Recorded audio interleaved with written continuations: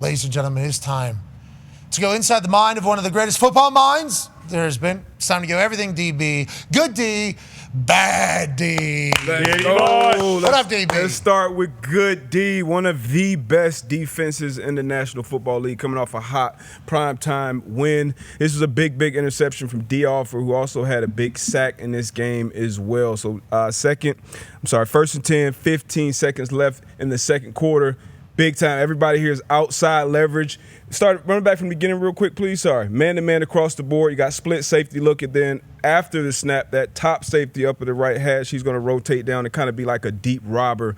The Bills are just trying to get in the field goal range, get a chunk play, and undercuts him, using his outside leverage, big-time play. And this sets up an opportunity for the offense to get points before the half. Obviously, we know the Drake London almost touchdown didn't get it in there, but this set him up and gave him a chance. So you talk about complimentary football. This is it. Offer having a big year. This defense as a whole allowing under 160 yards per game when it comes to passing. Coach B.A. mentioned a couple times yesterday, the number one scoring defense. So you talk about a huge turnaround. Got a lot of rookies out there playing in some premier spots, playing big-time ball. So shout out to Brick and the boys over there in Atlanta, turning things around and getting a big-time win against the reigning MVP. Okay, so Carolina game just didn't happen. Like, Carolina may be a better football team than any of us could imagine. So when it happens, maybe we didn't show enough respect to Carolina Panthers. Nonetheless, they shit the bed that day as well. Yeah, it's such a week-to-week league. Sometimes you just wait. Sometimes the game plan is shitty. Sometimes the quarterback's just not seeing it. Young quarterback, too. So it's a young quarterback. You're going to have your ups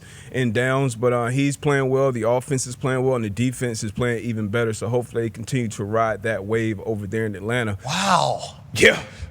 I'm just seeing the next team that's on good D here, it appears. Crazy. They were also on In the Trenches. I know. Just a few weeks back, they were going to be in some trenches as a team that was dead.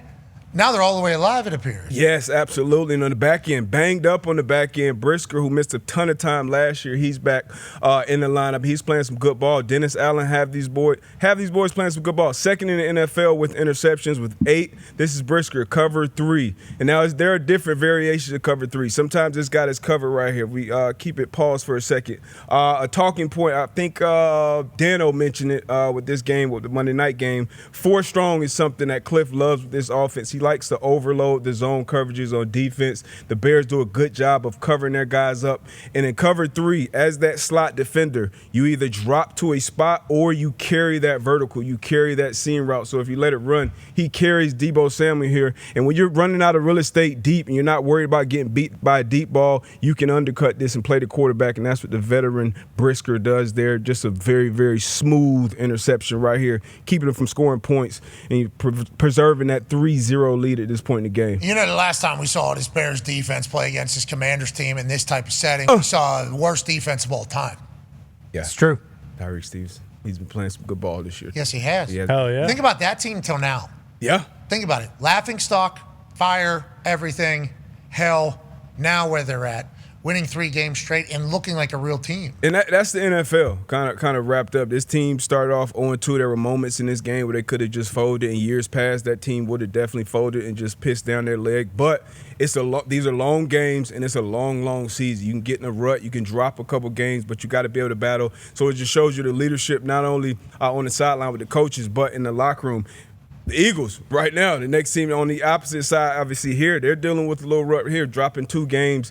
Big time play here by Flott. Now, keep it paused. We got pressure, so it's going to be a 0 look from the New York Giants. And as a corner, kind of similar to Brisker, when you get to this area of the field, you get inside the 20, the field now becomes wider than it is longer. So you're not necessarily worried about getting ran by. And then we talked a couple weeks ago about leverage. So right here with that cut split of the wide receiver, he's about a yard inside the numbers.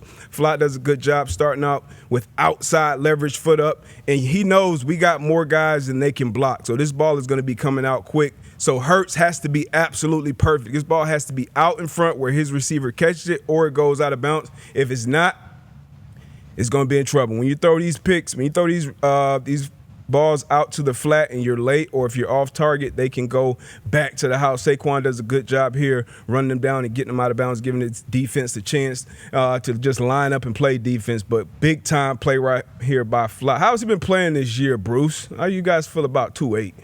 He's good. It's his 4th year in the league. He's been rotating with Deontay Banks, who's in his 3rd year. This was actually the first game this year where Flott just played the whole time, and obviously it pays off here.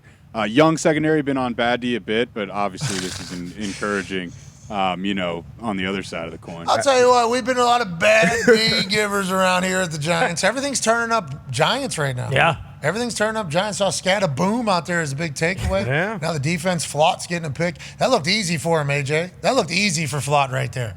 Yeah, it did. D-Butt say zero coverage. He doesn't have to bail. He knows, like, hey, man, where they are in the field. Just something that for Jalen Hurts and this Eagles offense, just absolutely killer. Can't happen, but it was a great play. And timely too. 27-17 right here, 4th quarter. So if they go in and score a touchdown right here, it's a 3-point game, obviously. And now not only do you get the interception, but you set up your offense that's led by a young quarterback in a great position to be able to continue to run this ball and tick time off the clock. I'm sorry. Yeah, tick-tock, no worries. Time off the clock. Now, speaking of time off the clock, as the game gets later, it seems like this team only gets better. Yes, they do. Now, Mac Jones threw for a ton of yards here.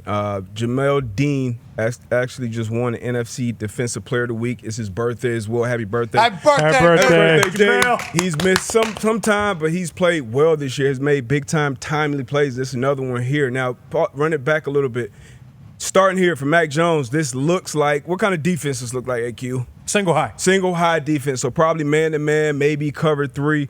But post-snap, once the ball is snapped, it's going to rotate and become cover 2. So that safety is going to get vertical, the corner to bottom. He's going to become the deep half player. You have your run-through, and Jamal Dean does a good job playing it high to low. So you play the high route to force the quarterback to either put enough air on it so it gives my safety enough time to get over the top, and if not, I go up and make a big-time play, and that's what Jamal Dean did here. Had a strip sack as well this game, so a big-time game for Dean and a big-time interception. Once again, a timely interception. They're up 8 right now in the 4th quarter. Big-time play right here. Mac Jones, I wouldn't necessarily say he was fooled because he saw him, but he thought he could get that ball and layer it over him, but he went up there and high-pointed and made a big-time play. He baited butter there, Jamal Dean, Definitely named baited. NFC Defensive Player of the Week for Week 6. Dean currently leads the NFL in lowest passer rating when targeted at 20.8. Is tied for second in lowest completion rate when targeted, 42.1%, and ranks tied 5th in interceptions. Full release here from Buccaneers Communication. He's a player. Okay, a lot of stats saying he's great, and it turns out Good D is also saying he's great. And it appears if he baited butter right into that particular throw. I love the disguise from 1 high to 2 rolling into that thing. Got you confused. It did. AQ had no idea what the hell was going on. No, and I was kind of blown away on how they got to 2. Yeah. Kind of wild because they sent the corner. And when you're seeing that kind of live, you see down here at the bottom, if you run it from back to the beginning, 22, you'll see he starts to get back early. So that's the thing about disguise. I talk about disguise a lot. It's obviously great when it works, but you never want to put yourself or your teammates in a position where you can't be where they expect you to be. So it's one thing to be in a good disguise pre-snap, but post-snap, just have your ass wherever you need to be. You'll actually see a perfect example of a team not doing that. On the flip side, we got bad D. Yeah, now we flip over to the bad D with Tampa on offense. Oh, they got Twofford here. Fred Warner got hurt. This isn't fair. Look, obviously Fred Warner being hurt is a big thing. Bosa being out is well. Shout out to T's and P's of Fred Warner. He is my favorite linebacker to watch play football for sure. I don't know if he would have helped him on this play. Disguise, if you keep your pause here, that cornerback all the way up top. This is some variation, in my opinion, of cover 3. You'll get the late motion with the back going out there. That kind of gives you a little eye candy. But that corner, he is responsible for the deepest of the deepest on his side of the field in that third. And obviously, the post safety, he has the same responsibility, and you have a corner down here with the same responsibility. So right now, he's only 1 yard deep, and he's responsible for the deep third part of the field. So Tez Johnson, we saw this play yesterday, let it roll here. He sees the vacated area, and he just throws that hand up and run it down, and Baker does a great job getting the ball, seeing it. B.A. said this probably wasn't even his route. He just saw the open area and just ran to it. But that corner, you're never going to get to where you need to be with that alignment. You can see him kind of, we all either slap your hands or slap yourself in the past. You fucked this one up, and they just started with alignment. If he's aligned, if he's off, who knows what route Tez actually runs if the coverage is played properly. But whenever you do this, that's the thing about cornerback. Like, you can have, 55 great plays, and you mess up once or twice, and it becomes a play like this. MVP. MVP. MVP. Ted's a special. Yeah. He said, I'm slow sometimes. It's going to take me a little bit to catch up. And the boys hyping him up, saying, now you got your confidence. Now you're going to be you. If they continue to add weapons down there, I mean, they're a problem. He's got to get healthy. Exactly. Yeah. If they continue to imagine guys just coming back healthy like week 13, just dropping in. Oh, we got an all-pro dropping in. Yeah. We got another one dropping in. It's like they're only going to get better and stronger, and somehow they're still leading the NFC. Oh, another case of Dallas Cowboys. Bad D and Big D. I mean, I'm sorry. 20-yard line. We got some variation of too high down here. So you got a cloud corner, and then you have a deep half safety.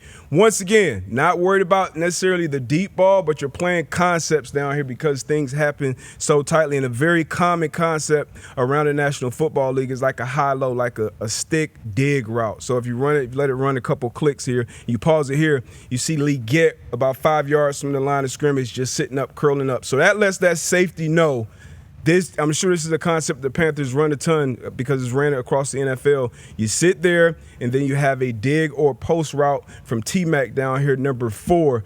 But he goes, boom, gives him a little baited butter, went vertical, dig and go. Great job by Canales calling it. Great job by Young seeing it and throwing it. A little cue here. You run it back a little bit, which once again is much easier sitting here looking at the screen. But the receiver never looks back, right? So if you're running the dig, if you're running the post, you're going to snap your head back and get it back to the quarterback. The entire time of him running his route, he's looking at the safety. Once again, a lot easier to see here than it is on the field because you're anticipating that. You want to jump that and beat him to the spot. So a great job having tendencies as an offense and then using a double move off of those tendencies. So he had 2 touchdowns in this game, T-Mac did for him in this big comeback that we kind of saw, kind of a little bit behind the scenes with Bryce Young mic'd up. Irish Juice is special, huh? They're saying T-Mac's a real deal. Yeah. Okay, I like that. He's got all the tools. He's got all the tools. He's big, he's fast, he's agile, which you don't really see that combination much. And then as long as they can continue running the ball like they have. Number 1 offensive line in the league. That's what he said. Back-to-back, what, 225 for Rico? Isn't that weird when you run the ball? How it opens everything up. Isn't that crazy? Isn't that a crazy thought? Maybe Cleveland should throw it 70 fucking times next week. Jeez. All right. Thank you. Great show, guys. Great. We appreciate you. We started out with a little PFF heat. We ended with a little play calling heat. That's a nice little Wednesday. Great work this week, D-Buck. Great work on Good D, Bad D.